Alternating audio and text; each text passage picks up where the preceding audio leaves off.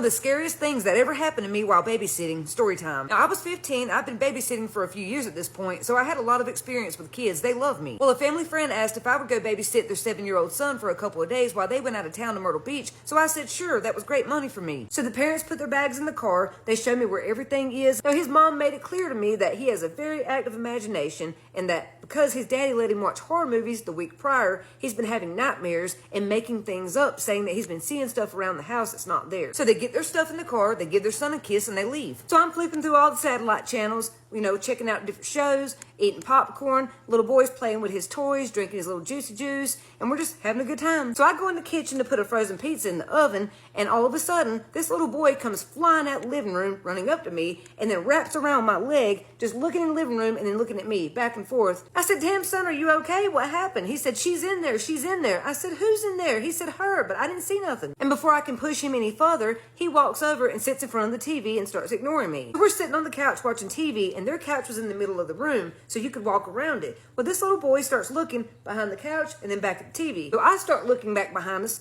It's like a natural reaction when you see somebody else doing that, you start doing it. The more he did this, the more I felt like somebody was standing behind us, but I don't see anything. So I get up and walk across the room, and from there I can see the hallway. And for a second, something stood out to me. At the end of the hallway, it looked like someone was peeking around the corner like this. But when I cut the light on, it was gone. So I thought my mom was playing tricks on me. My anxiety's peaking, so I'm like, okay, it's the first time you've been left alone in someone else's house. Calm down, go take a shower and go to bed. But while I'm taking a shower, I get the weirdest feeling like somebody's standing outside of the shower curtain. Now, they had a big-ass bathroom. So I was like, dude, it's a new place. It's a big bathroom. You're not used to this. Just stop freaking out. But I have to keep sticking my head out the shower curtain to make sure nobody's there because I'm getting that vibe like somebody is there. So I peek out the shower again and bam, this kid is standing in the doorway crying. I said, "What's wrong?" He said, "It's gonna get me. It's in there. I just saw it. Can I stay here with you? I'm scared." I said, "Yes, stay right there. Just turn the other way." And then I dry off and get dressed in the shower so he can't see me. Now it's about 11 o'clock at this point and he's still wide awake. So we sit there and talk for a little while. We play with Legos, Play-Doh. I'm just trying to wear him out so he'll go to sleep. Well, finally around 2 a.m., he falls asleep. Now, it was already so late, I didn't have time to unpack my clothes, so I just get in the bed and I go to sleep. About 10 minutes later, I hear this youngin' screaming again. Before I can even get out of the bed, I hear him thunk, thunk, thunk, thunk, and he's already running into my room, jumps into bed with me. He's screaming to the top of his lungs, "She's there in my room, behind the door. She's gonna get me if I'm alone. Please don't make me go back in there." So we're laying there in the bed together,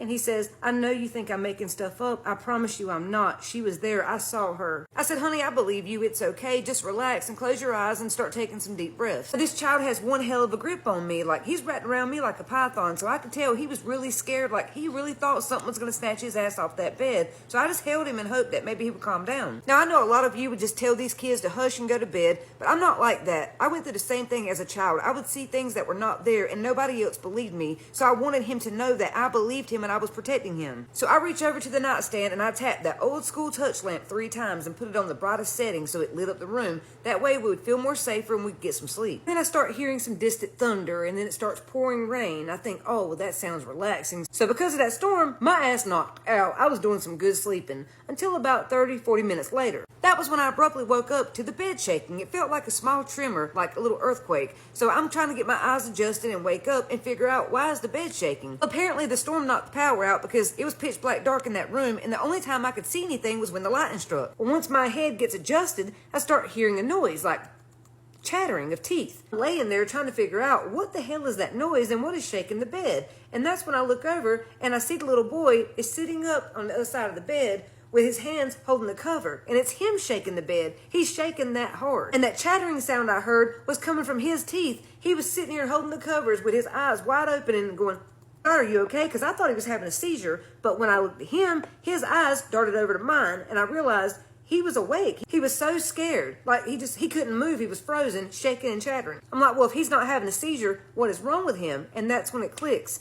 He's sitting here staring at the door, so I look at the door. Y'all, let me tell you, in that moment, when that lightning flashed, I damn near shit my pants. It scared me so bad. Have you ever been so scared that your hands and arms and legs start tingling, they damn near go numb? When I looked at that bedroom door, there was someone's head peeking around the door like this. And you could only see their eyes. And when the lightning stopped flashing, I couldn't see anything anymore. It was complete darkness. That was when it really hit me. Holy crap, we're not alone. There's someone else in the house and they're standing right there. But what really freaked me out was every time the lightning would strike, I could see more of that person's face. Like, it started like this, and then this, and this, and then I could see their actual mouth. This person was smiling ear to ear. I could barely take a breath in. All I could think was, what the hell is that thing? Then of course the lightning stopped flashing, so for a few seconds it was completely dark, and I had that feeling again like someone was watching us and getting closer and closer, and I was starting to panic. And when lightning struck a few seconds later, I could tell they were getting closer, because now this motherfucker, person, thing, or whatever, was now at the foot of the bed, peeking over like this, staring at us. At this point, my damn teeth were chattering. All I could hear was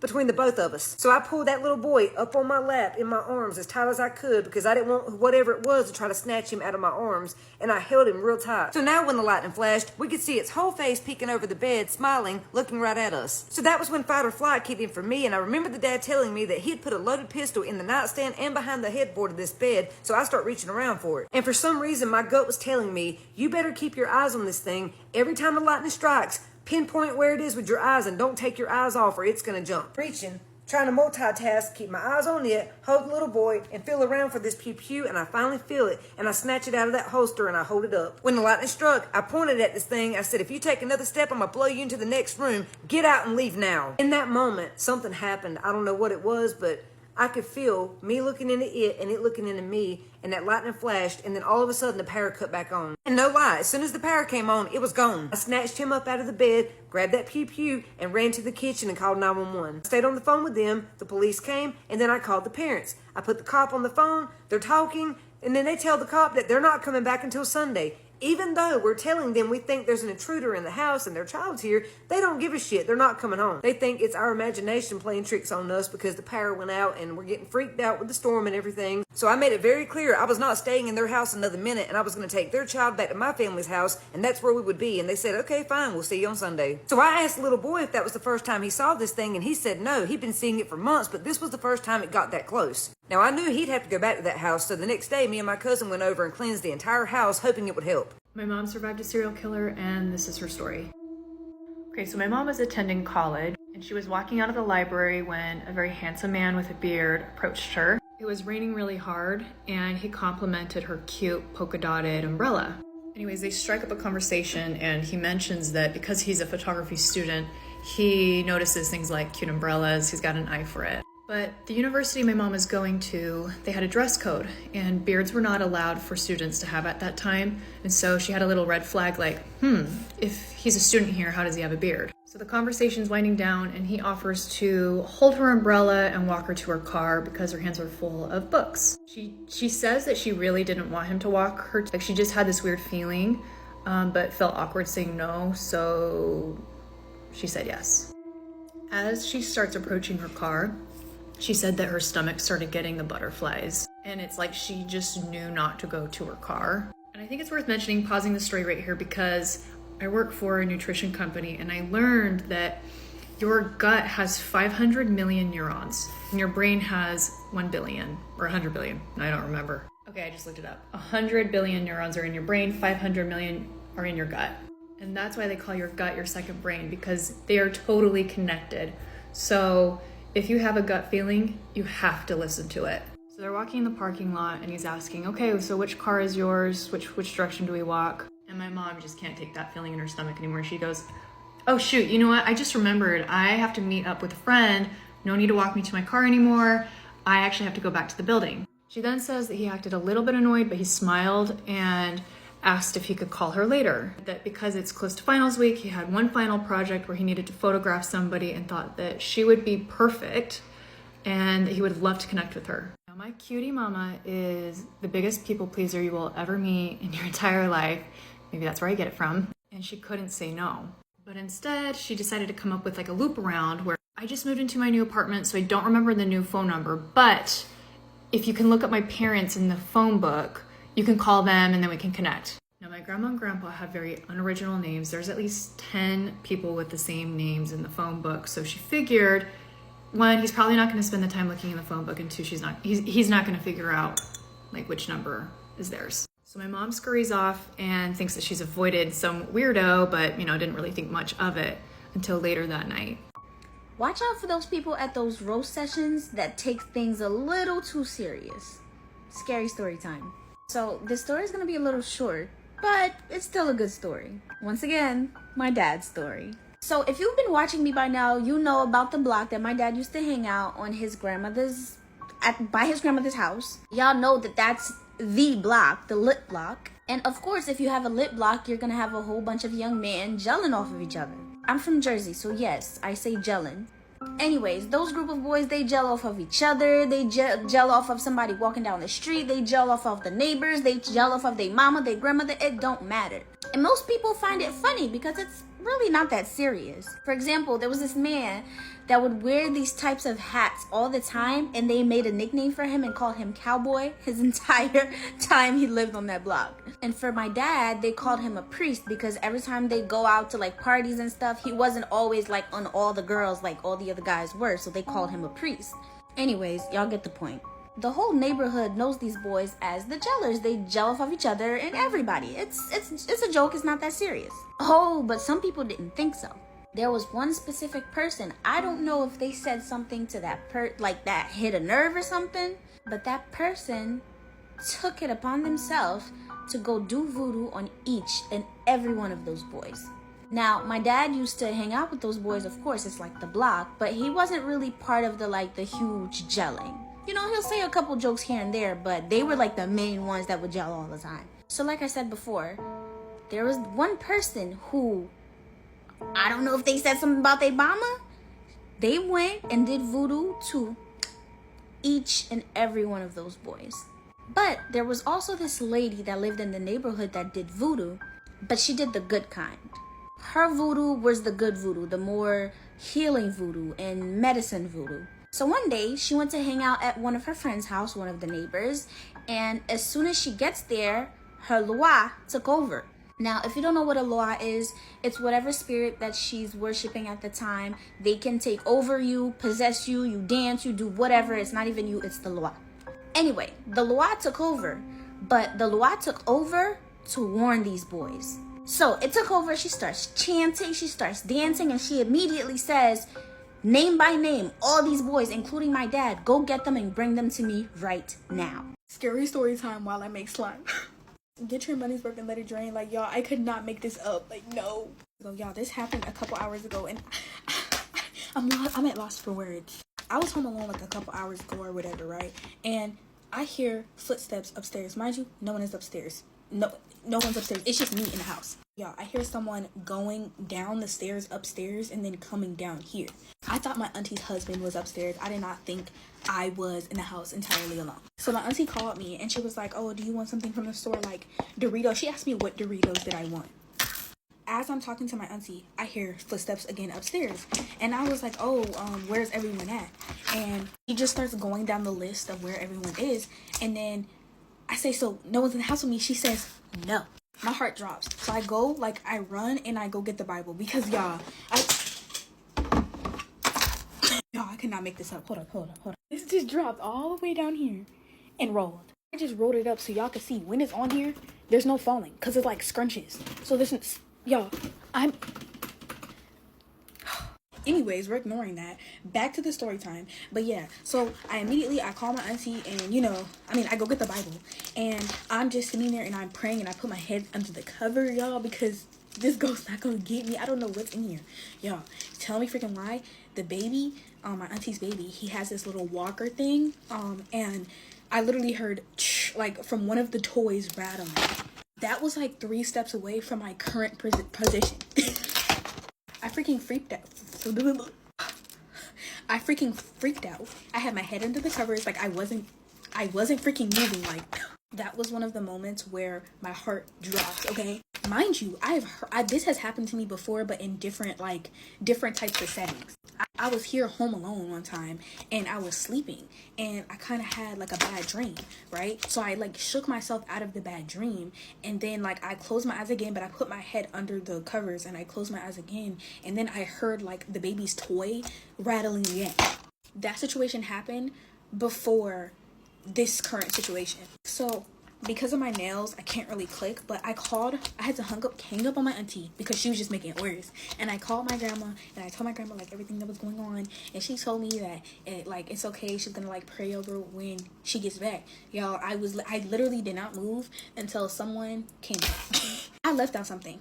The door freaking opened, like this door open. When I heard the footsteps, just kept opening and closing. So I think it's time for me to go.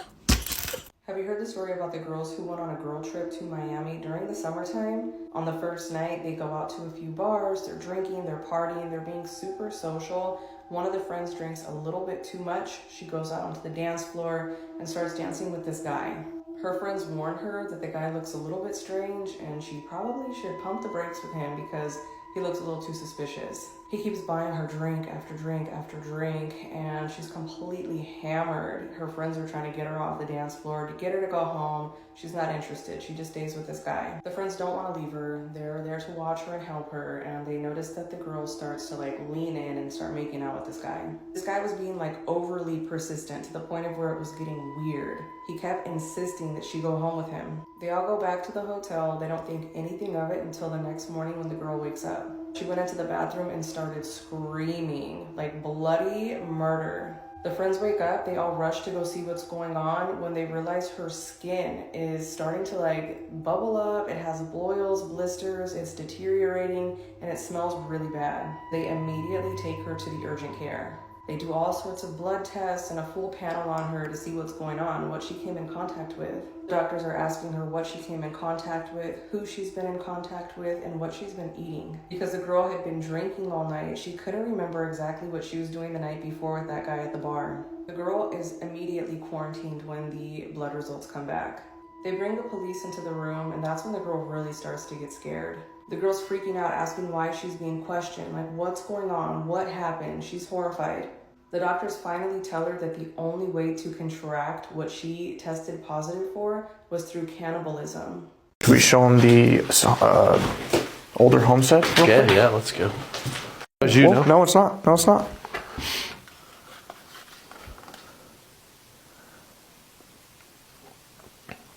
Was that you? Yeah, that's on either side. They went to both. Yeah.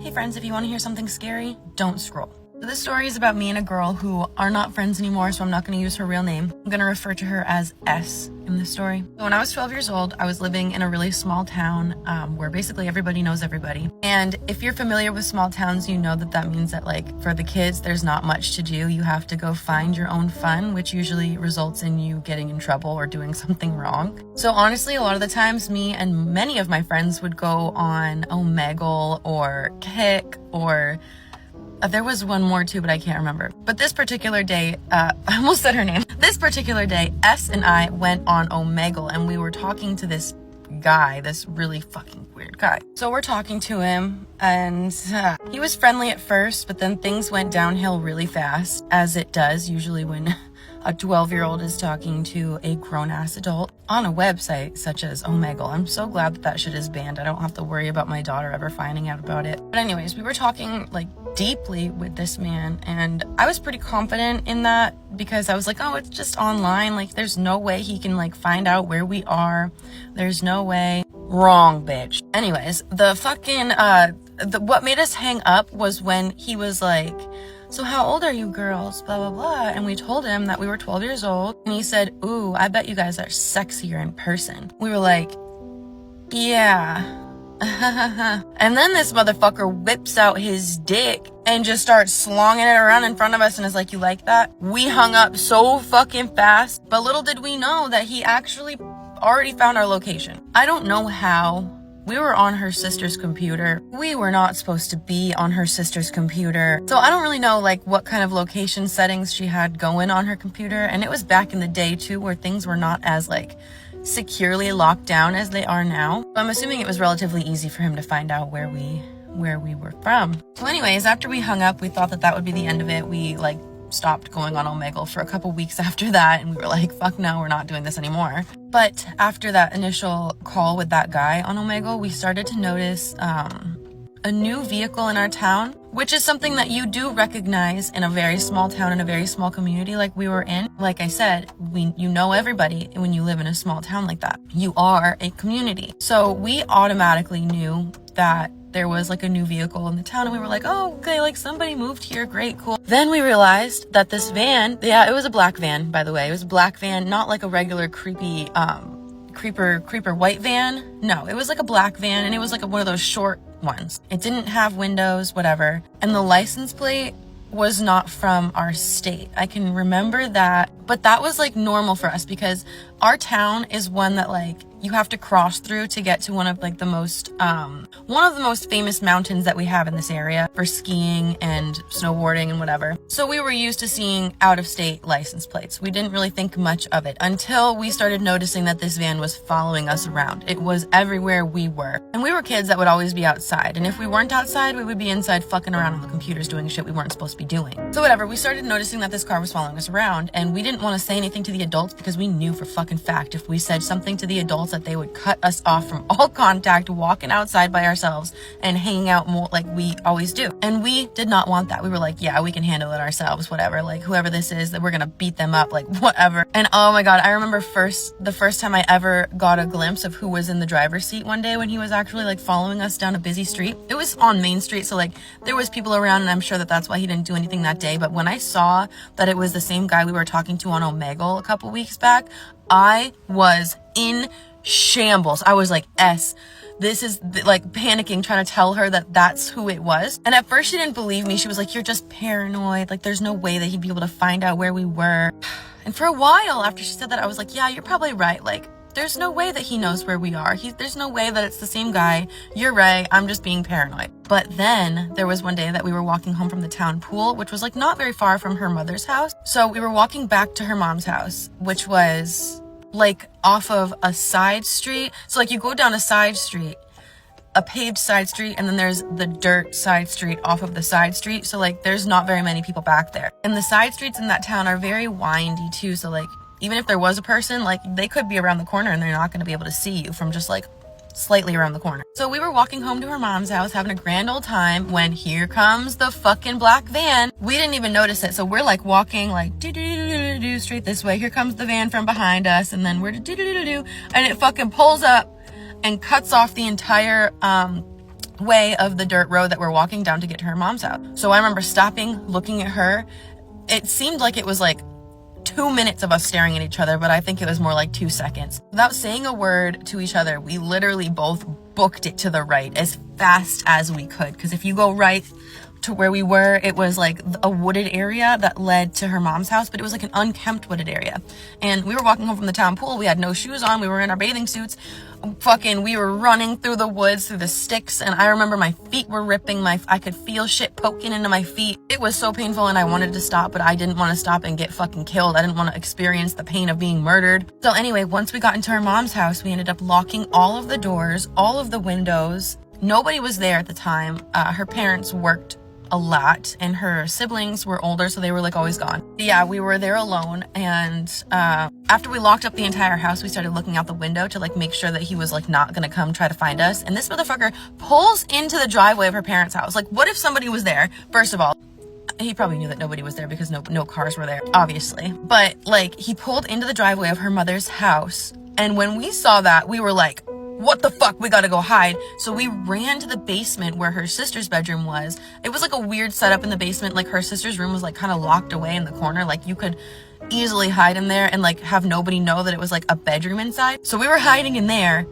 for fucking hours until we heard her stepfather come home. And even when he got home, we didn't say anything to him. We were just like, oh yeah, we were hanging out in so-and-so's room downstairs. And it was literally, we just went about our lives after that. We did see the black van a couple more times. Anyways, we did see the van a couple more times, but nothing like seriously bad happened again like that. And then after a couple more days, we never saw the van again. So I'm assuming he gave up. I'm hoping he didn't find another victim. I'm assuming he did because he was a fucking predator. But that's the time that my friend and I almost got kidnapped from a guy that we met on Omegle. Yeah. Spooky story time. This happened to me, and we're gonna call it the medium. So I am a small business owner of a year-round Halloween store in San Antonio, Texas. And one day these two women come to my store, they shop around, they buy some stuff, and as they're getting ready to leave, one of the sisters kind of comes back and she looks at me and she's like, hey, how do you feel about psychic mediums, paranormal, spirits? Do you believe in that stuff? And I said, look around. Of course I do. I believe in all of it. So she comes right back into the store and her sister's like, here we go. And she tells me, my name is so-and-so and I'm a psychic medium. And I said, okay. And she said, can I ask you something? And I said, let it rip, sister, go ahead. And she said, there is someone standing behind you. And he's tall, he's slim, he has tattoos on his head, on his neck, he has tattoos everywhere. She stays quiet and she's like, he's your husband's friend. Do you know who I'm talking about? And I was like, absolutely. It is one of his very close friends that passed years ago, about maybe 10, 11 years ago. And immediately I was floored because how could she possibly know this? His description, the fact that he's my husband's friend, like, you know? So we start talking and she's like, I have another question. Is this space blessed? And I said, well, I cleanse it about once a week just because you never know who's walking into your area. So I always cleanse it. I burn sage, I burn incense, just a whole bunch of stuff. And she says, yeah, I can tell that this place is kind of protected because he is standing behind you and he's telling me something. He's talking. He wants to say something, but I don't understand what he's saying because his words are just jumping like off the walls. And that normally happens when your place is protected. And I was like, yes. Then she asks me, are you intrigued by Ouija boards? And I said, I collect them. And she's like, yeah, I'm getting that vibe from you. And all I have to say is don't do it. I don't mess with them. I don't play with them, but I've been wanting to play with one for a long time. And she said, don't do it. Then she proceeds to tell me, hasn't anybody told you that you're a ley line? And I was like, oh, what is that? I don't know what that is. And she says, imagine being in a pitch black room and you have a flashlight lit right here. She's like, you're blinded. You can't see anything. But if there's anyone out there, they can see you. And I said, okay. So she says, if you wanted to open your third eye, you'd be able to communicate with spirits. I'm sensing that you have a gift, you just haven't opened it yet. She said, do you always witness weird stuff? Noises, you see things, you hear things, and it always only happens to you. And I said, all the time. All the time. Since I was little, I've always seen stuff. I've always heard things. I've always known things. I've had intuitions. And even now that I'm married, sometimes I would see stuff and I would tell my husband and he's like, kind of like not believing me because it always happened to me. So she says that it's like if I'm standing in the room with the flashlight on and the spirits can see that they can come to me to communicate. The problem is I can't hear them. I'm not open to that channel yet. So she proceeds to ask me if I'm interested in learning how to open that side and if I want access to it. And I just don't know how I feel. What's crazy is that I've had at least 3 people tell me the same thing, that I have a gift and that's why I'm so intrigued by it. So she says for me not to play the Ouija board because of the gift that I have, that it would just be chaos. It would not be good. And I'm going to take her word for it. I don't plan on playing one anytime soon. But what do you guys think about psychic mediums and being able to see and hear things? Do you believe in that? I'm considering it, but I'm just scared. What do you guys think? What the fuck was that? Bro! What's going on around you? I don't know. I'm frozen. I am frozen. Did the window Sean. break? Scary story time, Skinwalker edition, while I make clay slime sent in by fans. Keep the money flipping is all I know, baby, you know. I felt so bad because Annabeth sent me this story like months ago and I just now seen it. But anyways, y'all know, get your money's worth and what? Let it drain. Okay, I don't want it to like spill this time, but... So Annabeth was like 11 years old when her family decided that they were going, for the summer, they were going to spend like, they were going to spend a summer in a cabin. There we go. So this was her little brother's idea, but her and her other brother were like, I don't think that we should do this. Like, I don't want to. Like, it just doesn't seem like a good idea. So her family go to the cabin anyway. Even though she doesn't think that this is a good idea, she's like 11 years old. What could she freaking do? When I say the cabin is in the middle of nowhere, the cabin was in the middle of nowhere. Like, the nearest store was like 30 minutes from where they were at. Now, the first couple of days, they go camping, they go hiking, and it's all fun, but at the same time, Annabeth has a feeling that something is watching her and it's not leaving her alone. So after a week of them being in this cabin, the parents have to obviously go to the store for more supplies. So they leave pretty late. So they leave like around like maybe like 9. And again, the nearest store is like 30 minutes away from them. So they're not going to be back until later, okay? I overactivated it. So around 10:30, it was time for Annabeth and her little brother to go to sleep. Now, Annabeth is sharing a room with her little brother and her dog. Now, at this point, an hour and 30 minutes has passed, and the older brother decided to sleep in the room with the rest of them. So literally everyone is like dozing off into that deep sleep when they hear like this loud thud. So obviously this literally scares them awake. My cat keeps attacking me. A few minutes after that, they hearing walking down the hallway. So like they hear footsteps, and the first thought that they have is it's their parents, because it's been like 2 hours and their parents is nowhere to be found. So the footsteps walks all the way down the hallway and stop directly in front of their door, and it knocks 3 times. Now when it's finished knocking, they go, oh, who is it? And the whatever it is says, kids, come out, dinner is ready. Now initially the little brother tried to run to go open the door, but Annabeth stopped him because Annabeth realized that they ate dinner before their parents left. What are you talking about? I'm adding the clay. Now Annabeth replies and say, we're not hungry, Mom. And the whatever it is gets really angry and goes, yes you are, come out and eat. Now this is when the big brother locks in and he's like, wait a second, yeah, that's not our mom. Like, our mom's not going to talk to us like that. Plus our mom literally fed us before she left, so this is weird. So the little boy is kind of like wrestling with his older sister, and Annabeth is trying her hardest to stop the little brother to going to opening the door. Now, just as the little boy was about to open the door, they hear a car pull up in the driveway. When the car pulls up, whatever is outside their door makes the weirdest noise known to man, and then it just stops, and then the parents come in the house. The parents go to check on the kids, and the kids are obviously freaked out. But Annabeth says she feels like she experienced a skinwalker or a mimic, because it was just like surreal, and it sounded just like her mother, and she feels like if they would have opened the door, it would have been a different story. Now look at my unicorn slime. I want to call it cotton candy. It smells really good. I put like pink little polka dots in it. Really pretty.